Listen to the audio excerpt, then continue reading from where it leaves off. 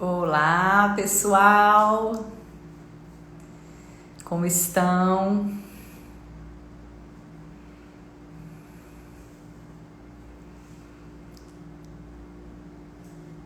Cadê Nelminha? Chegou Nelminha.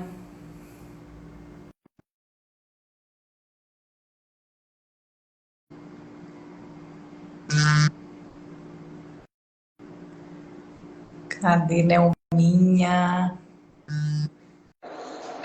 Chegou! Ei, Carol, E só não tô te aí? vendo, Carol. Tudo bom? Quanto tempo que a gente não faz live, né? Muito tempo mesmo. Carol, eu só não estou te vendo, você acredita? Deixa eu ver o Uai, que está acontecendo. você não tá me vendo? Não estou te Você tá vendo. vendo? Você tá se vendo? Eu estou me vendo. Tem alguém aí ao vivo, gente, para falar se Tem. tá vindo as A Rafa duas? está aí conosco, tem uma outra pessoa também. Só dá um oi pra gente, assim, se vocês estão Se vendo nós tiver. duas, a mim e a Carol. Uai, né? Você tá vendo só você mesma? Isso. Será que eu saio e entro novamente? Acho que sim. Vou tentar, tá? Tá, tenta aí. Vamos. Problemas técnicos aqui. Cadê? Nelminha. Será que tem como eu convidar a Nelma? Acho que eu vou encerrar essa e começar outra. Pera aí. Vamos ver. E agora, Nelminha? Eu cheguei, mas eu só tô me vendo novamente. Engraçado que a hora que eu desliguei, que eu Ah. saí, eu vi nós duas. Isso que tá diferente. Ah, deve ser alguma configuração no seu celular, então. Tá, então vamos fazer o seguinte. Vamos ver. A Andréia entrou. Andréia, você vê a mim e a Carol? É, quem Só está dá um aqui oi pra online, dá esse gente. retorno pra gente. Ah, enquanto isso, vou colocar meu fone, que eu esqueci, tipo, É, deve estar. bom, mas eu acho. Você Aí, ó, tá ok então, André? Você não vê nós duas? tá vendo as duas? Vejo as duas, a Rafa também. Ah, beleza, beleza. Então vamos lá, né, Carol? Ah, é porque você não vai me ver, vai ficar esquisito, né? Deixa eu ver aqui. Ah, Tô uau. tentando ver se. É, Você me conta uma coisa, você tá se vendo embaixo ou em cima? Em embaixo. cima tem o quê? Nada, Ah, só se ouço. que tristeza. Bom, mas vamos lá, Carol. Ai, Eu vou, vamos. né? Vamos lá. Se seu- Olá, meus queridos. Então já temos aí a Andréia, Rafa, tô vendo aqui Isabel, né? Sejam todos bem-vindos à nossa live de hoje. É um prazer recebê-los, né, Carol? É, super prazer. Estamos retornando com as lives, a gente estava aqui comentando. Isso. Fiquem conosco para a gente poder discutir aí sobre a proposta que a gente está trazendo de conversar hoje sobre um artigo, na verdade, Isso.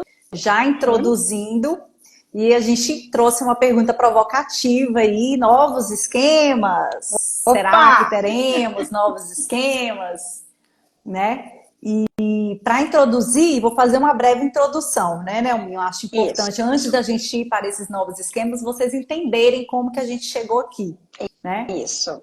Uhum. Bom, o artigo a gente vai compartilhá-lo no nosso grupo, aproveitando para fazer um convite para o grupo do canal do Isso. Telegram, para o Isso. PsiTE.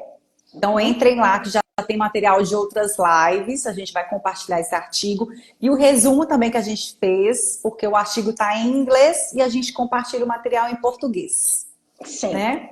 Uhum. Bom, esse artigo, ele traz, então, ele faz um estudo comparativo de uma validade preditiva de 3 versões do questionário de Young. Então, a gente sabe que na terapia do esquema a gente tem uma ferramenta que é o questionário, né, o inventário de Young, para avaliar os esquemas. A gente tem uma versão longa com mais de 200 itens. A gente tem uma versão curta. E a partir desse estudo, eles criaram uma nova ferramenta, que é o revisado, o R. Então, é o YSR, revisado, de revisado, e que traz essa proposta aí de adicionar 2 novos esquemas. Então, não bastam os 18, teremos mais... Opa, calma, a gente vai conversar sobre isso, né? Se teremos ou não, a gente vai fazer alguns alertas importantes aqui. Então, o que eu quero frisar muito, muito, muito aqui no início, né, que eu acho muito importante da gente frisar, é que foi um estudo, então, para fazer uma comparação, porque a gente sabe que as propriedades psicométricas do inventário de Young são propriedades que estatisticamente são fracas, infelizmente. A gente não tem uma robustez, e é por isso que os estudos que vão avaliar aí a eficácia, a efetividade da terapia do esquema, às vezes a gente entra aí como segunda linha de tratamento, porque a gente tem realmente uma ferramenta que não é muito boa, porque ela produz resultados mistos, ela não tem uma consistência na replicação dos estudos que são realizados. Então, a ideia com essa comparação dessa validade preditiva é justamente verificar se o instrumento ele está medindo aquilo que basicamente ele se propõe a medir. E porque quando a gente não tem isso, dificulta a gente fortalecer a nossa teoria, né? Então, esse estudo foi aplicado numa população lá da Austrália. Então, a gente vai reforçar muito aqui que esses novos esquemas, eles estão sendo utilizados nesta população. A gente não pode generalizar, a gente não pode replicar ainda para o Brasil, porque não foi feito estudo nenhum no Brasil, não foi feita nenhuma adaptação que é necessária de fazer do instrumento, nenhuma validação transcultural. Então, que fique claro que foi ano passado que saiu esse estudo, ele é muito novo, saiu no ano passado, é recente, é com a população da Austrália e a gente não pode generalizar, mas eu e a Nelma, a gente quis trazer aqui hoje para a gente poder pensar, novos esquemas, por que será que surgiram novos esquemas? Quais são?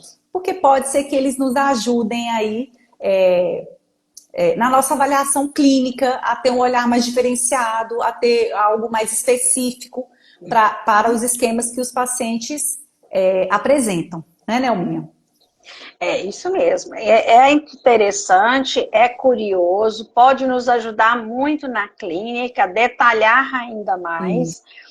Claro que se a gente vai pensar de modo geral, o que é considerado, né, aplicável para todas as pessoas, são os 18 esquemas, mas como foi trabalhado neste artigo, nós vamos ter aqui um ganho a mais. Nós vamos olhar com mais detalhes para algumas particularidades, né, com relação a esses outros 2 esquemas que podem nos ajudar muito, mas muito mesmo, na avaliação do nosso paciente e também quando nós formos fazer as intervenções. Né, Carol? Isso. A gente não vai entrar nos métodos estatísticos que foram utilizados, mas a proposta, né, realmente que eles utilizaram foi uma análise estatística que ela se propõe a ser mais específica para o tipo de instrumento que está sendo avaliado. Então, que é a análise de hash, diferente da análise fatorial que normalmente é feita e foi feita nos estudos anteriores. Isso. tá? A gente fez essa introdução, então, para reforçar muito isso, que a gente ainda não pode generalizar e utilizar isso aqui no Brasil, mas que nós somos curiosas, tá? E novidade, a gente quer saber, a gente estuda e a Muito gente compartilha. curiosas. E olha, valeu a pena, viu? Porque está muito bacana, né, É, Carol? se vingar, vocês vão entender assim, esse olhar diferenciado que esses novos esquemas estão trazendo aí, né? Isso. E a gente sabe que esse artigo sugeriu aí tem essa sugestão aí, essa proposta de Sim. acréscimo de 2 novos esquemas, e a gente vai deixar para uma outra live outros esquemas, porque talvez não tenhamos 20, né? É isso, a ciência vai avançando, os estudos vão sendo feitos e vão Sim. surgindo novos esquemas, né? Uhum. Sim. Então vamos para os novos esquemas. Quais são, Nelminha? Qual que você quer Bom, a começar gente. falando? Eu acho que nós podemos falar juntas da inibição emocional, né, Carol? Que Pronto. por esse estudo ele foi dividido, podemos dizer assim, em dois esquemas. Então, quando traz essa divisão, a gente vai ter a inibição emocional de um lado e vamos ter também o medo de perder o controle. Vamos falar da inibição então, Carol? Vamos. Bom, a inibição emocional é o que a gente já conhece. É aquela inibição excessiva, uma desconexão das emoções. Mas vamos gravar uma palavrinha que vai ser um grande diferencial aí para a gente quando for falar o medo de perder o controle. Porque como a Nelminha já adiantou aqui, eles dividiram. Eles entenderam então que a inibição emocional é a vergonha. É a vergonha que eu sinto de sentir as emoções. Então, De eu expressar, inibo de de sentir. expressar, eu inibo a emoção porque eu sinto vergonha, ou porque eu fico constrangido, ou porque eu sofri algum tipo de experiência de humilhação por demonstrar, por expressar emoções. Então, eu Sim. inibo essa emoção, E né? até de expressar os pensamentos que eu tenho sobre essa emoção, né? As minhas necessidades. Se eu tenho esse esquema, eu fico ali com dificuldade também de expressar as necessidades, né, Carol? As necessidades emocionais, isso mesmo. Sim, Sim. sim. Então, isso aqui foi novo que eu vi, eu nunca tinha parado para pensar desse lado, né? Que muitas vezes quem tem a inibição emocional tem valores morais e éticos mais próximos ao estoicismo.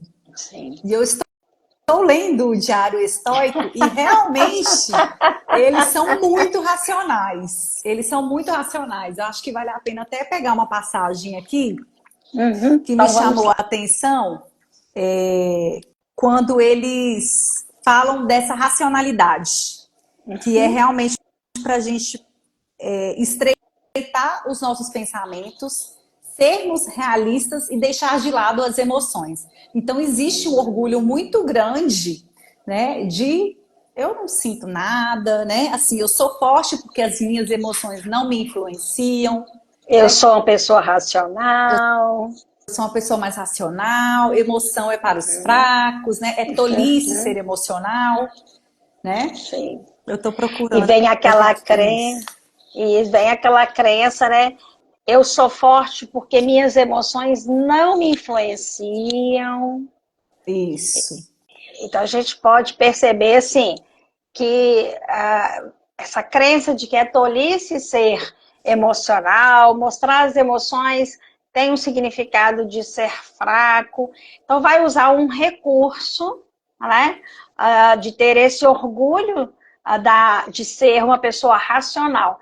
Mas isso que Carol está colocando é muito importante. Porque se eu vou observar qual é a emoção que mais se apresenta, é a vergonha. Eu tenho vergonha de sentir as emoções espontâneas, eu tenho vergonha das minhas ações quando são movidas pelas minhas emoções, e também eu tenho vergonha de expressar o que eu sinto. Vai, Carol? Isso. Eu achei aqui a passagem, que eu achei muito legal localizou? isso. Eu localizei Ótimo.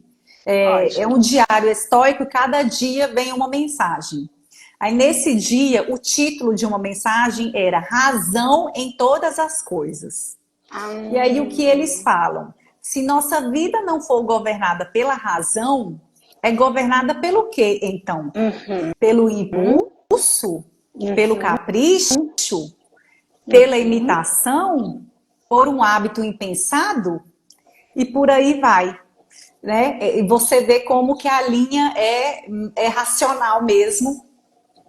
E aí eu acho bacana a gente pensar, né, para associar Sim. então aí com a inibição emocional, essa razão, como que ela é enaltecida, né?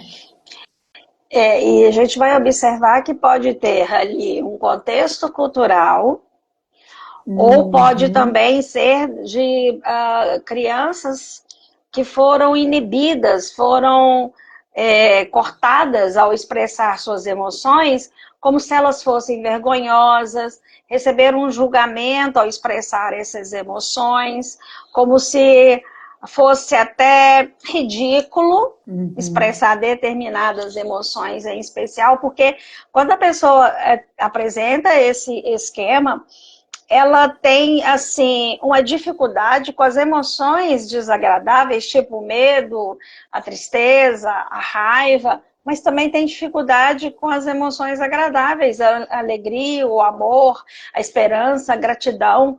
Então, nós precisamos ter esse olhar sobre essa particularidade do esquema, desse esquema que está sendo colocado como uma das partes, né, na divisão da inibição emocional. E esse orgulho de ser racional é uma estratégia que vai ser utilizada até para não demonstrar essa vergonha, né, que ele sente em sentir emoções espontâneas ou expressar as suas emoções. Perfeito. É isso mesmo. Não pode expressar nem a vergonha, né, Nelminha? Bem posicionado. Sim, aqui. Não pode. E é interessante porque a gente pensa assim, que no nosso contexto, no nosso país, predominam, né, ali os esquemas de terceiro domínio na nossa cultura.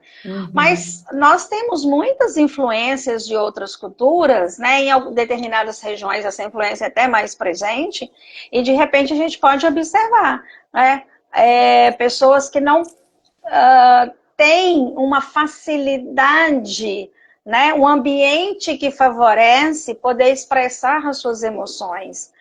E isso ainda, mesmo no nosso país, é possível de acontecer. Né?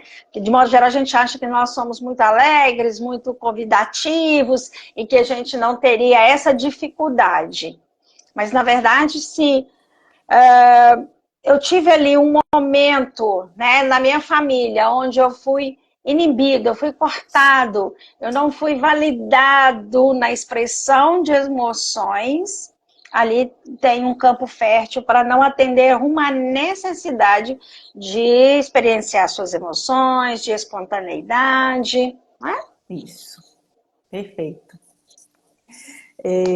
Vamos para o próximo esquema, então, que é o medo de perder o controle. Sim. Então, só para quem chegou agora, né, Carol? A gente está trabalhando, então, com a ideia de novos esquemas, sendo que na inibição emocional houve ali uma divisão, né, em dois outros esquemas, que é a inibição emocional e o medo de perder o controle. E agora a gente está entrando nessa segunda parte, que é o medo de perder o controle.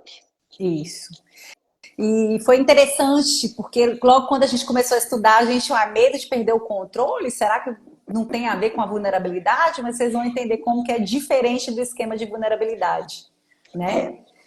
O medo de perder o controle, ele tem a ver com o medo, a emoção predominante aí vai ser o medo de sentir as emoções.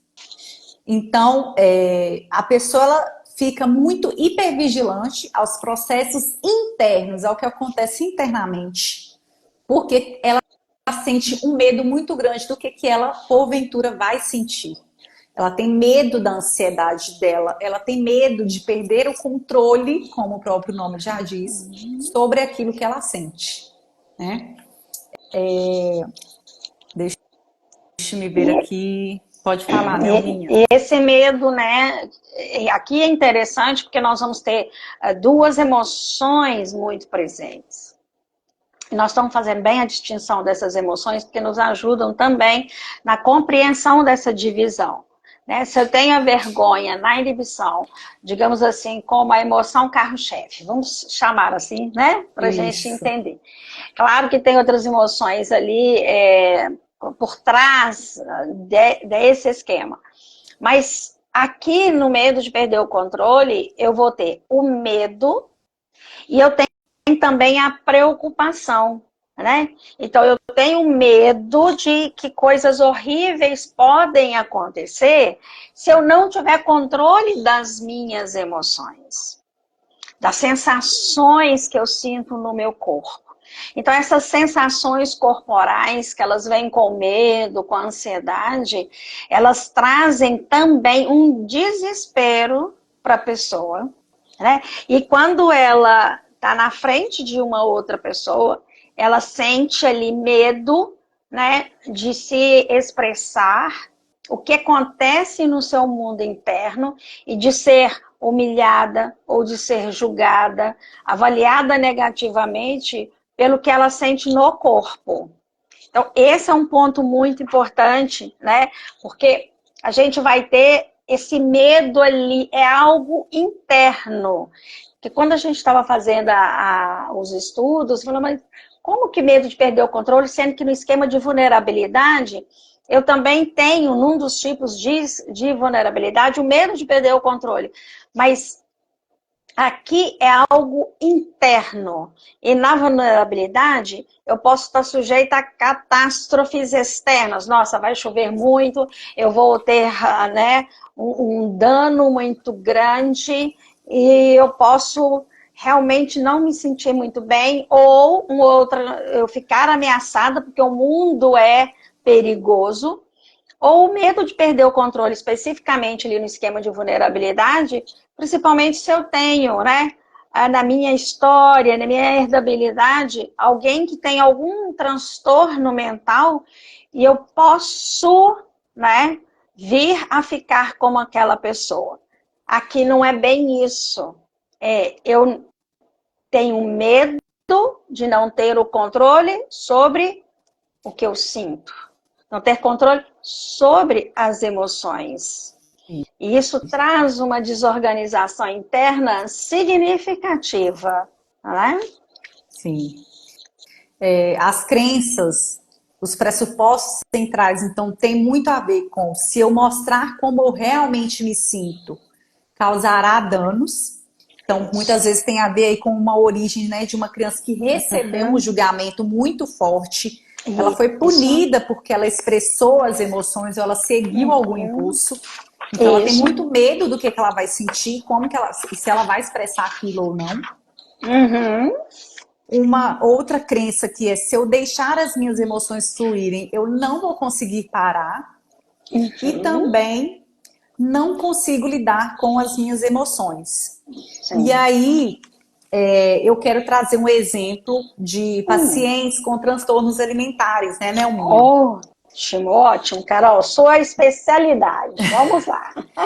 meu xodó, apaixonada xodó. Com isso. Que esse esquema específico, a gente já observa e observava a inibição emocional, mas é interessante quando a gente faz essa diferenciação, é que esse não consigo lidar com as emoções, uma característica que a gente observa, né, nos pacientes com transtorno alimentar, é exatamente a característica de controle, principalmente quando a gente fala de pacientes aí com anorexia e bulimia. A anorexia quer ter um controle muito grande, muito rígido sobre tudo, e principalmente sobre as suas emoções, né? E só que como existe uma dificuldade de controlar as suas emoções, ela tenta controlar isso através do comportamento alimentar.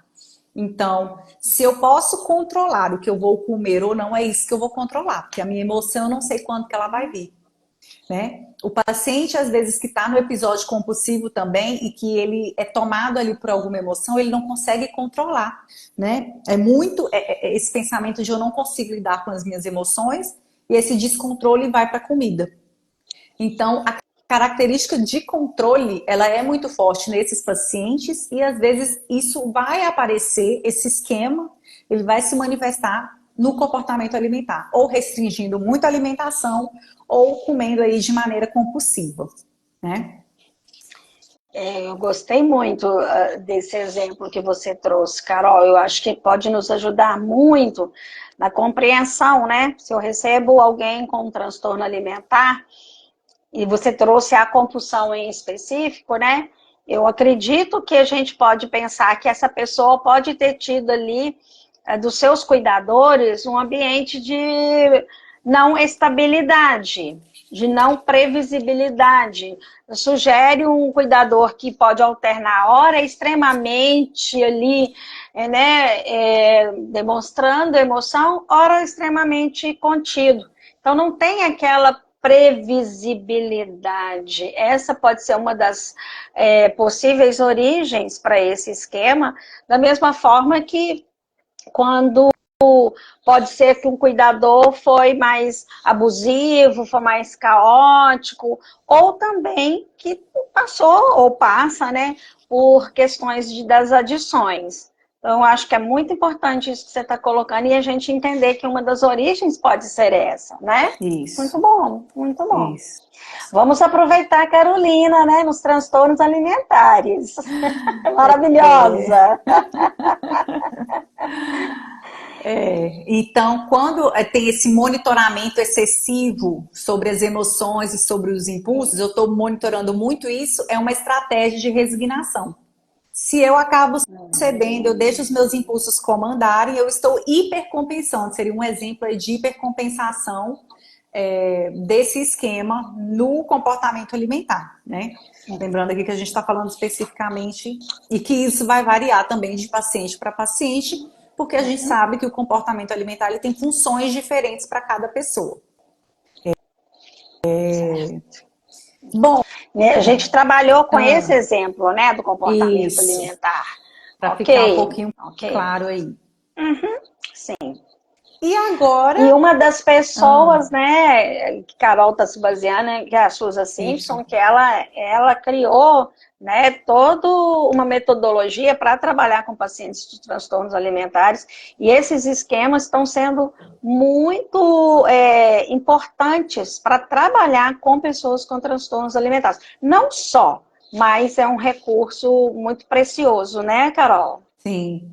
Sim, né? A Susan Simpson está lá na Austrália, junto com esses pesquisadores que fizeram essa sugestão, aí, essa revisão do inventário de Young, e ela já trabalha dentro dessa perspectiva aí, com esses dois novos esquemas, né? Sim. Só para trazer, né, para o pessoal uma referência, né, também de quem mais está usando, né, esses esquemas. Muito bom. Isso, ótimo. E agora... Temos ainda... Tchan, tchan, tchan, tchan. Temos ainda o que acontece. Mais um esquema foi dividido, né? Sim. Eu até tentei fazer essas contas para ver como que de 18 foi para 20, mas eu falei, eu não vou fazer conta porque eu não sou boa em matemática. Mas vocês entenderam que a gente tem a inibição emocional e aí ela foi e criou mais uma perninha. Ela foi ter um outro filho. Sim. A inibição emocional teve um outro filho. Agora, a postura punitiva é que foi dividida, tá? A postura punitiva também, né? Foi mais claramente dividida porque a gente observava antes que ela estava junto, estava misturado. Então, qual que é a principal diferença da postura punitiva?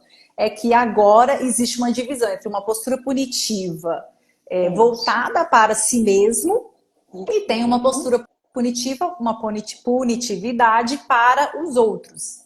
Então, uma pessoa ela pode apresentar esse esquema separado, não necessariamente quando eu apontar ali uma postura punitiva, significa, né, que eu sou punitivo comigo e com os outros, né? Vai ter uma diferença aí. E enquanto a gente discutir, né, eu e a Nelma também, Sim. que a gente estuda pra caramba para trazer isso aqui para vocês, né? Na verdade, a gente estuda sempre. E para trazer isso para vocês, a gente se dedicou ainda mais. Verdade, verdade. Já somos parceiras de estudo há muito tempo, né, Carol? Muitos anos, sim. E a gente comentou isso, né, Nelminha? Assim, e é legal, assim, quem estiver aqui acompanhando a gente, compartilhem aí se vocês já observaram algumas pessoas que elas têm uma postura mais punitiva, voltada para si mesmo, e às vezes você não identifica que ela tem uma postura voltada para os outros, né?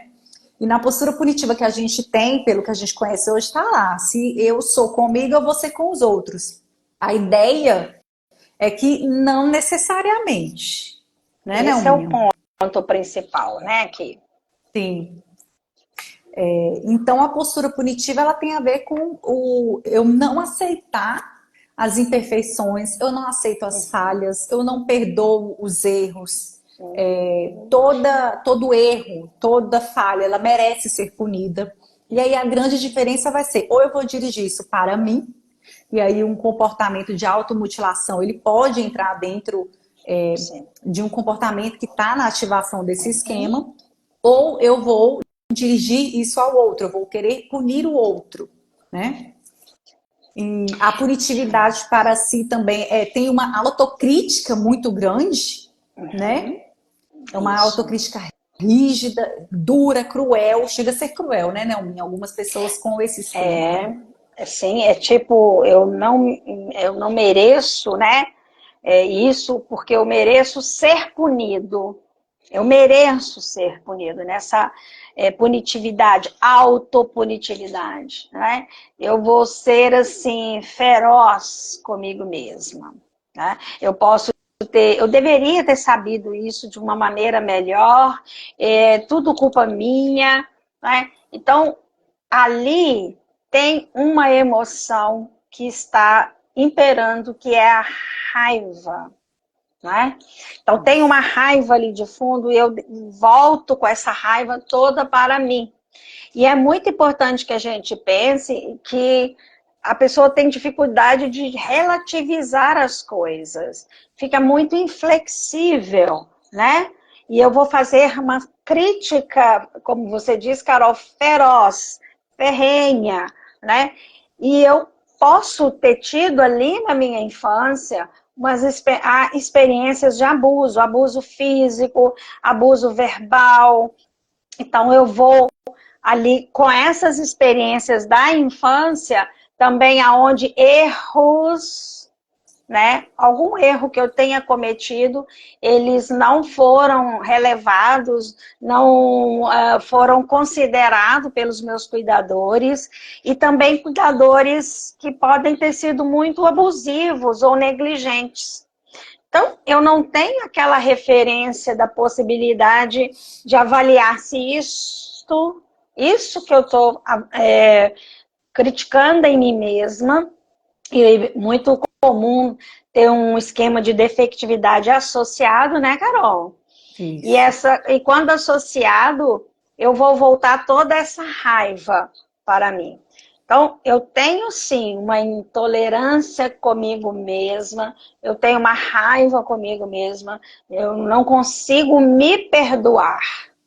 Então, essa punitividade, autopunitividade, ela de fato, e ela é internalizante, e ela de fato traz assim, inúmeros prejuízos, porque a pessoa fica cada vez com maior dificuldade, né, de poder inclusive enxergar seus pontos fortes, de poder enxergar que existem outras possibilidades. Isso. Carol, quando a gente pensa em transtorno alimentar, como é que nós poderíamos ver a presença dessa autopunitividade? Perfeito, eu estava pensando nisso agora, né, Mami? Eu falei. Oba! E aí eu já ia trazer assim, a compulsão alimentar também entra muitas vezes num comportamento porque você não pode errar, né? Você não pode falhar de forma alguma. E Isso. muitas vezes o paciente que tem o hábito, né? Aquele comportamento de tem que fazer dieta, tem que fazer dieta, diante de uma falha, eu acabo, às vezes, me punindo mesmo com a comida. Eu acabo tendo um descontrole aí com relação à alimentação, né? Então, pode vir como uma autopunição, a compulsão alimentar também. E a restrição alimentar também, né? Ela pode entrar nisso, né? Assim, você... porque você engordou, né? Você subiu na balança, se você engordou, no caso de anorexia, 100 gramas, então você vai ficar sem comer. Então, você vai ficar sem comer mesmo, né? Então, eu ia trazer aqui no... Deixa eu achar, estou procurando nas minhas anotações aqui. Sobre essa autopunitividade? Isso, sobre a autopunitividade, né? Que quando eu me trato de maneira mais dura e punitiva, eu estou num polo de mais resignação do esquema. E quando eu sou mais permissivo comigo mesmo, eu estou na hipercompensação do esquema, que é a questão da compulsão alimentar, do descontrole, né? Sim. Eu me permito esse comportamento também de programar a compulsão alimentar, né? De programar, eu vou comer porque eu mereço, né? Assim, sair da regra, porque a gente sabe que a origem familiar também está muito pautada nas regras muito rígidas, né? Então pode aparecer aí dessas maneiras, né? Sim, olha, bacana demais. Mas, Carol, a gente ainda tem aí a punitividade com o outro, né? E aí fica aquela régua muito justa com o erro. Eu quero sempre apontar para o outro o que é justo, o que é correto, o que é moralmente correto. Tem ali também uma raiva, né? Porque o outro não fez aquilo que deveria ter sido feito. E é interessante porque essa crítica é com relação, por exemplo, a algum erro, alguma imperfeição. Então a gente observa o quê? Ali uma ausência de empatia com as outras pessoas, né? Uma intolerância, uma rigidez, é culpa, quem errou tem que pagar, né? Não há desculpa para os erros. Então, também, sendo externalizante, para aqueles que têm essa forma externalizante, é um prejuízo muito grande, principalmente nas relações interpessoais, porque as pessoas mais importantes, as pessoas mais queridas, elas vão se afastando. Elas têm uma enorme dificuldade, porque é tudo muito rígido, tudo muito... tem que ser assim, dentro das normas, por exemplo, morais, né, ou normas religiosas, seja quais elas forem, tem as regras muito justas. Não existe espaço para flexibilidade. Então, ali, tanto no trabalho, quanto nas relações familiares, com os amigos, no parceiro íntimo, né, vai tendo ali uma série de ruídos nessas relações e chega até mesmo à ruptura de algumas relações, né? Sim. E é interessante a gente pensar nisso, né? Porque tem alguns transtornos que são mais internalizantes e externalizantes. Então, a gente vai realmente ver essa diferença aí da manifestação da postura punitiva. Por isso que veio essa recomendação, né? Essa proposta aí de fazer uma divisão. Isso. Né? Sim, sim. E a gente pode pensar, então, que nós trouxemos hoje essas novas possibilidades a partir do estudo, né? E vamos ver aqui como é que a gente pode fazer um resumo, Carol, desses esquemas para quem, por exemplo, chegou agora ou quem já pegou, né, caminhando. Como que a gente pode fechar fazendo um resumo desses novos esquemas? Resumo do resumo do resumo. É isso. Resume em 1 minuto. Primeiro, Pode ser 1 minuto, 1 minuto e meio. Vou cronometrar. Não, gostei, né, Alminha? Vamos resumir. Ó, primeiro, é válido ressaltar aqui, novamente, que é uma proposta de novos esquemas feita a partir de um estudo com uma população da Austrália. Então, isso ainda não está sendo válido aqui, não foi validado para o Brasil.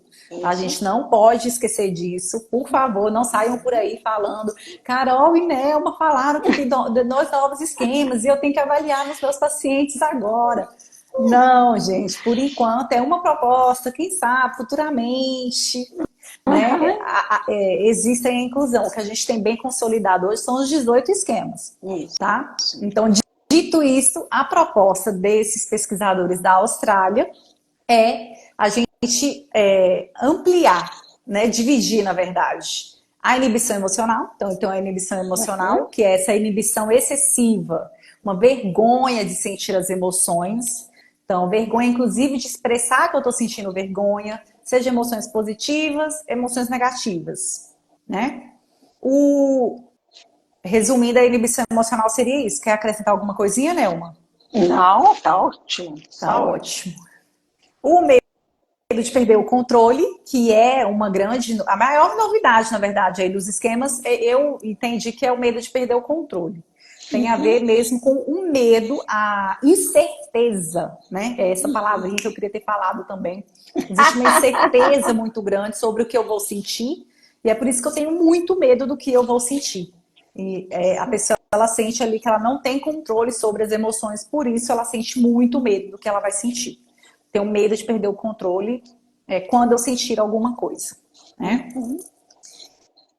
E a gente tem a postura punitiva, que foi dividida aí em duas. A punitividade para si, né? Uma autocrítica excessiva, muito rígida, né? Palavras muito duras consigo mesmo. E a punitividade para o outro. Então, eu ser duro, crítico com as outras pessoas, intolerante, impaciente, né? É isso.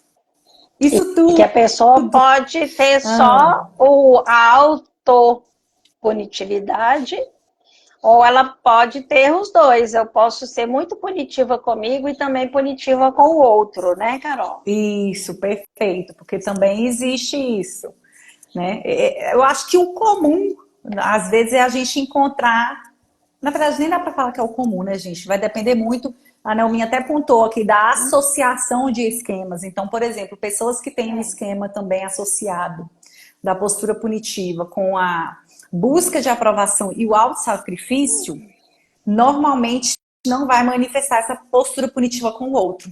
Ela vai ser mais punitiva com ela mesma, né? Tá aí uma dica preciosa. Então, a gente tem que fazer uma avaliação completa, né, dessas associações de esquemas aí, para ver o que vai aparecer mais, né, para cada pessoa. Sim. E foi isso hoje que nós queremos compartilhar com vocês, porque o nosso objetivo é compartilhar o que a gente vem estudando, o que nós estamos tendo acesso, né, dos pesquisadores que estão como pesquisadores de ponta, eles que vão trazendo aí as evoluções para a teoria, vão trazendo as contribuições, né, para a teoria.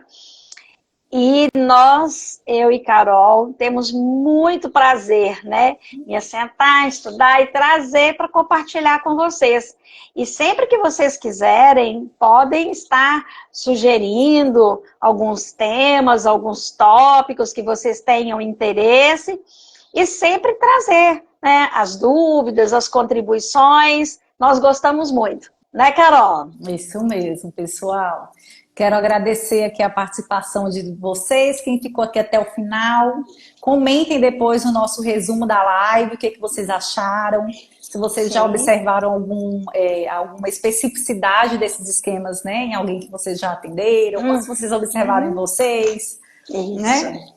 E a gente volta aí, se tudo der certo, no mês que vem, com mais live, mais esquemas, fazendo já um spoiler aí da provável tema da próxima live. Quem tiver alguma sugestão pode dar pra gente. Obrigada, Isabel. Isabel Que coisa boa que Isabelle? você... Isabelle? Tá. Acho que é Isabelle Isabelle. Dolce. Que chique. Obrigada, Isabelle. Que bom que você gostou, né? Sempre que você quiser compartilhar conosco, estamos aqui abertos ao compartilhamento, né? Muito obrigada, né? Pelo Muito carinho de obrigada. vocês, pela atenção e pelo tempo, porque tempo é uma coisa tão preciosa, né? Muito Isso obrigada, mesmo. meus queridos, e especialmente a você, Carol, minha grande parceira de estudos, né? Um grande Querida. beijo. Beijo, beijo. Obrigada, Nelminha. Tchau, gente. Boa Tchau, noite. tchau. Boa noite.